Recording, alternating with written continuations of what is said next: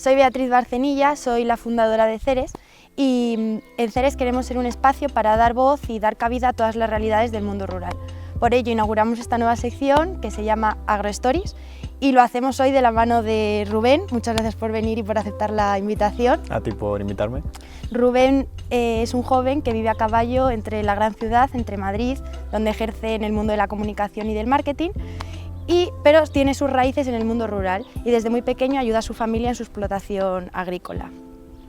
Rubén, cuéntanos cómo das voz al campo en las redes sociales. Bueno, no solamente doy voz al campo, pero sí que lo que me gusta utilizar mis redes sociales es para dar un poco difusión al mundo rural.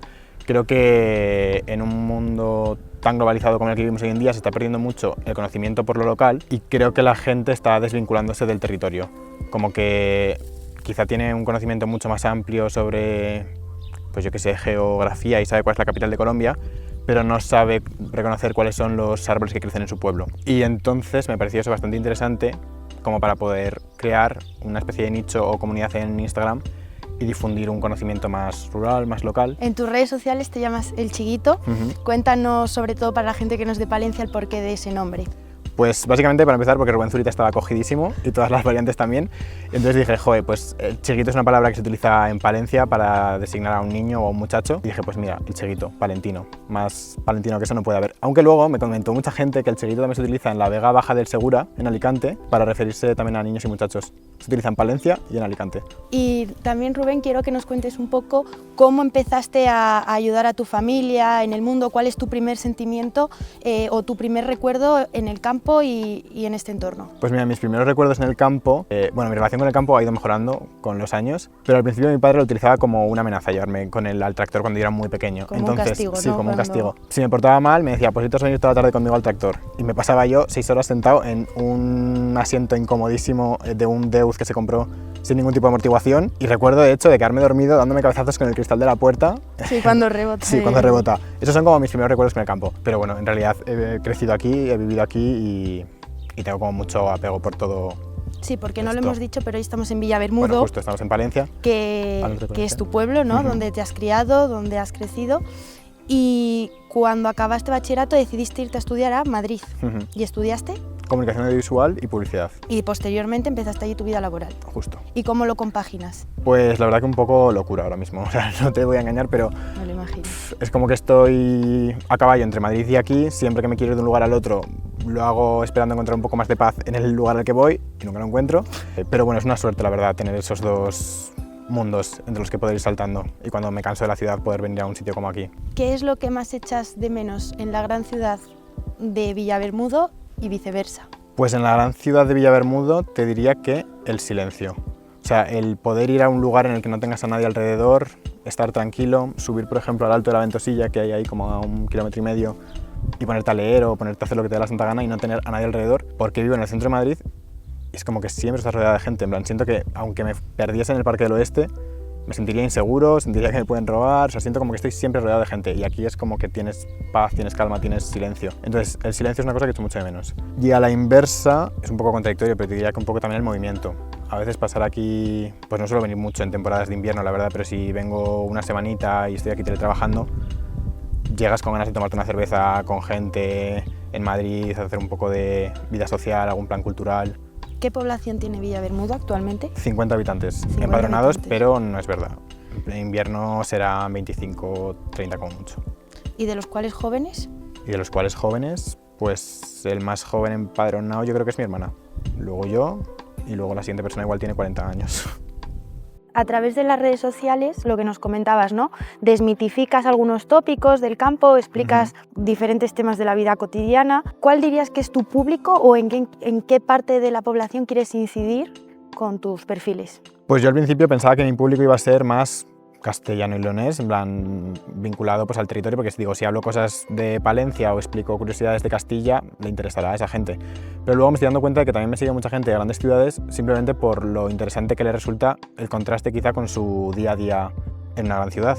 Sí, yo al final creo que en las grandes ciudades hay mucho, o lo que he visto hasta ahora es que hay muchísimo desconocimiento de la realidad. La gente no sabe de dónde sale un garbanzo o no sabe de... Entonces al final creo que estás haciendo muy buena labor con todo ello. Y me gustaría preguntarte, si tuvieses que romper un mito del campo, ¿cuál sería? bueno, creo que en general la gente ve, quizá en las ciudades, ve el campo o ve a los agricultores o la agricultura como arcaico o bruto o vasto, y creo que no tiene por qué ser un trabajo así, depende también del tipo de explotación que quieras llevar y cómo seas tú como persona, pero creo que no tiene por qué ser un trabajo tan bárbaro, no sé cómo decirlo en otra palabra.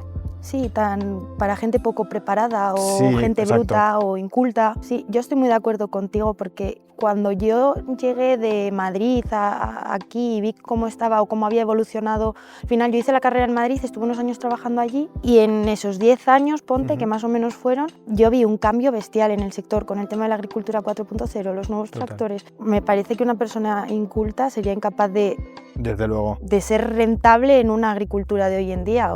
Y que también hay mucha parte burocrática en la agricultura, que tienes que ser una persona que se maneje mínimamente con internet o que sepa hacer ciertas gestiones. Sí, al final yo creo que la gente tiene que ser capaz de entender que un agricultor es una empresa y que como toda empresa tiene que tener un plan de negocio a corto, largo plazo.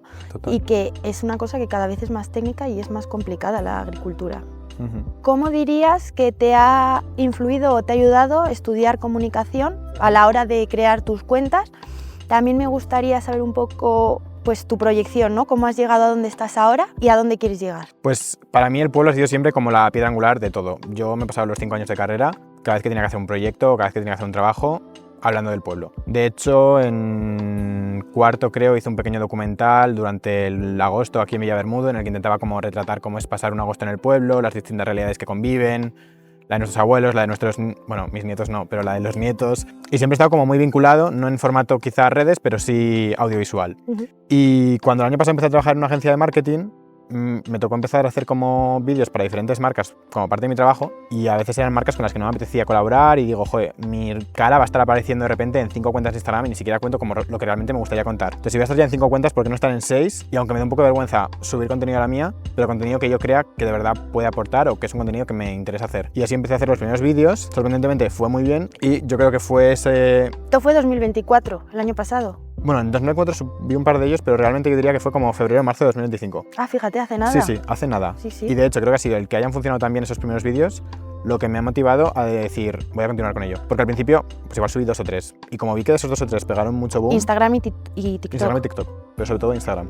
Dije, pues voy a ponerme el reto de este año subir mínimo uno todos los domingos, como si fuese misa. Y entonces era mi objetivo principal de la semana. Y pues estoy sorprendidísimo, la verdad.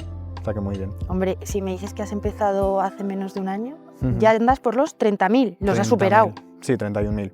¿Y a dónde quieres llegar este 2025? ¿Cuál es tu objetivo? Pues más que números, mi objetivo es, o sea, la verdad que estoy bastante contento poder seguir la línea en la que estoy, pero mi objetivo de cara a 2026 sería poder vivir de ello y poder quizá dejar la jornada 40 horas que tengo ahora mismo en una agencia de marketing para poder invertir en el chiquito y que el chiquito sea como mi empresa. Si eso es así, pues evidentemente la parte de a caballo entre Madrid y el pueblo, supongo que tendrá muchísimo más peso el pueblo. Sí, se tiene que reducir al final. Total. Pero también estoy muy contento porque eso me daría muchísima más libertad para crear el tipo de contenido que me gusta más hacer, que es al final el que hago pues en el campo. Yo creo que al final tus cuentas tienen un punto, vamos, tu cuenta tiene un punto muy fuerte, y es que la parte de la ciudad dice, ay, mira qué curioso, pero la parte rural y del campo dice, joder, mira este chico cómo lo está contando y de verdad y se siente identificado. Por ejemplo, me gusta mucho un vídeo tuyo en el que sales explicando la diferencia entre trigo y cebada. Y muchos amigos míos que son agricultores me decían, joder, es que está muy guay este vídeo porque la mayoría de mis amigos no tienen ni idea. Entonces yo creo que ese es mucho tu punto fuerte, que ambos sectores se sienten un poco identificados en el uno dice qué curioso y el otro dice mira qué bien lo cuenta lo que está pasando. Rubén, tú al final a través de tus redes sociales lo que buscas es dar reflejo de la realidad rural o contar tradiciones, expresiones, el porqué de las cosas. ¿Quién dirías que es tu público objetivo en las redes? Pues diría que empecé pensando que mi público objetivo iba a ser gente de Palencia o de Castilla y León, sobre todo eso, por esa cercanía con las historias o las curiosidades que yo cuento. Y me ha sorprendido saber que también hay mucha gente de la ciudad interesada en este tipo de, pues no sé si cotidianidad, quizá por lo contrario que es a su día a día o por lo lejano que les resulta el campo. Básicamente todos mis amigos de la universidad, por ejemplo, se mueren de ganas por montarse en un tractor, que es porque nunca se han montado, entonces les parece una fantasía montarse en un tractor. Igual por eso también conecta mucho con ese público más de ciudad. Yo lo que creo es que al final el punto fuerte de tu perfil es que la gente de la ciudad al final siente mucha curiosidad porque hay un desconocimiento de lo que pasa y de lo que es, pero la gente del campo se siente orgullosa y se siente representada. Entonces al final atraes como los dos mundos y creo que es tu punto fuerte. Y al final prueba de ello es que has empezado en 2025, me comentaste, y ya vas por los 30.000. La verdad que sí, es una Me suerte. parece, o sea, digno de darte la enhorabuena. Muchas gracias. ¿Y a dónde quieres llegar o cómo planteas el futuro? Pues más que a nivel números, porque estoy muy contento con cómo está yendo todo por ahora, mi objetivo sería poder dejar la empresa en la que trabajo ahora mismo a 40 horas y centrarlo en mi empresa, por decirlo de alguna manera, y que el chiquito pueda ser mi trabajo a tiempo completo. En ese caso podría estar mucho más aquí que a Madrid, y lo de estar a caballo pues tendría mayor peso la parte de pueblo, y eso también me permite hacer el contenido que más disfruto, que es el que hago por aquí en el campo. Entonces ese es mi objetivo 2026. Estos 4 meses creo que va a seguir siendo todo como está siendo hasta ahora, pero en 2026 a tope con el chiquito. Y para acabar un poco, ¿cómo crees que estudiar comunicación y el background un poco que tienes en marketing, en tus años de experiencia laboral, te está ayudando en las redes? Pues al final porque bueno, yo desde siempre he tenido claro que quería estudiar comunicación audiovisual o algo relacionado con el vídeo y la imagen, y estos 5 años de carrera es que me los he pasado barriendo para casa. O sea, tengo el pueblo como piedra angular, y cualquier tipo de contenido que he tenido que hacer, o trabajo o proyecto en clase, siempre he hablado del pueblo. Entonces creo que también eso es como un poco la chispa para decir, vale, pues si quiero crear contenido, quiero hablar de mi pueblo, en redes sociales es como que va casi de la mano. Sí. Rubén, al final aquí la mayoría de las explotaciones son cerealísticas principalmente, entonces me gustaría que nos contases un poco qué cultivos normalmente utilizáis en vuestra explotación familiar. Pues principalmente lo que sobre todo sembramos es cereal, trigo, cebada y girasol. Eso es el 90% de lo que plantamos. Y luego una cosa que me interesa mucho, porque creo que al final va a ser la realidad de muchos jóvenes. Al final hay mucha gente joven que su familia tiene una explotación agrícola, ellos tienen otra ocupación y va a llegar un punto en que sus padres, tíos se jubilen y ellos van a heredar esa explotación. Entonces me gustaría saber cómo afrontas tú eso, qué planes de futuro tienes en relación a esto. Pues es que ese es un melón muy, muy, muy interesante, y creo que es como el gran problema de que básicamente que cada vez hay más campo y menos agricultores. O sea, bueno, el campo es el mismo, pero los agricultores a repartir son menos. Y no sé, a mí la verdad que el trabajo de campo de estar montado en el tractor es una cosa que hago cuando toca en temporadas de trabajo alto, en plan con mi padre, pues se mete la cosecha, exacto, igual. Totalmente, pero no es el trabajo que más disfruto. Entonces tampoco es un trabajo del que me gustaría de repente pues verme con 50 años heredando. Entonces no sé muy bien qué va a pasar con todas las explotaciones. Ahí tiene un problema, o sea, tenemos un problema todos igual a nivel... una solución que puedan ser empresas de servicio? Sí, pero va a seguir haciendo falta gente que suministre esos servicios. O sea, creo que el problema es que si no hay quien se quede en los pueblos, no va a haber quien se monte en los tractores. Bueno, al final también hablan un poco de maquinaria cada vez más grande, con mayor capacidad. Puede ser la solución un poco para esta zona. Alternar quizá cultivos que no requieran las mismas fechas. Es decir, que si el trigo se siembra en una temporada y se trata en una temporada y se cosecha en otra, que en los espacios de entremedias, un cultivo que se adapte a esos espacios. Puede ser.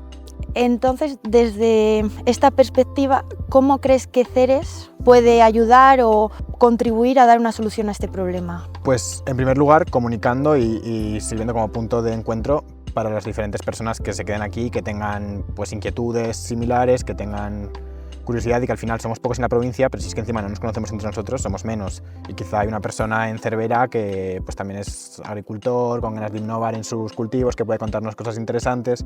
O sea, creo que el pilar de comunicarnos es el más importante. Sí, o que tiene una buena práctica que le ha funcionado para esta y que puede zona. Comunicarlo al resto. Entonces, eso lo veo genial. Y luego también, al ser un centro de innovación, pues muchas veces pueden experimentar cosas que libera de riesgo al agricultor. Sí, que al final se prueben allí cosas de forma objetiva. Que luego el resto se pueda llevar lo que le interese implementar su explotación. Entonces, la mayor aportación que puede hacer Ceres al mundo rural, ¿cuál dirías que es, resumiendo para ir terminando? Para mí eso, el ser un centro de unión y de servir como de casa o de acogida a todos los diferentes agricultores. Un punto de encuentro. Un punto de encuentro, exacto. Pues Rubén, ya te lo he dicho muchas veces, pero obviamente estás invitadísimo a venir y conocerlo. Me haría además especial ilusión que vieses todos los campos de ensayo, el aula, despachos, todo lo que estamos montando con toda la ilusión. ¿Y cómo crees o qué te gustaría ver de Ceres de aquí a 10 años? Pues que fuese un centro de innovación referente y sobre todo que cree como una comunidad activa y atractiva para la gente que siga con las explotaciones aquí en Palencia. Sí, yo espero de verdad que tenga impacto y que de verdad dé soluciones a problemas reales. Totalmente. Es lo que más espero de este proyecto. Bueno, Rubén, muchísimas gracias por tu tiempo, A ti. por ser el primero y por atreverte. Un placer. Y como espero que haya mucha más gente detrás, me gustaría pedirte que lanzases una pregunta al próximo invitado sin saber quién va a ser. Vale, pues mi pregunta sería si cree que va a ocurrir, qué sería necesario o qué cree que tiene que pasar para que empecemos a experimentar un éxodo urbano y vuelva la gente al campo.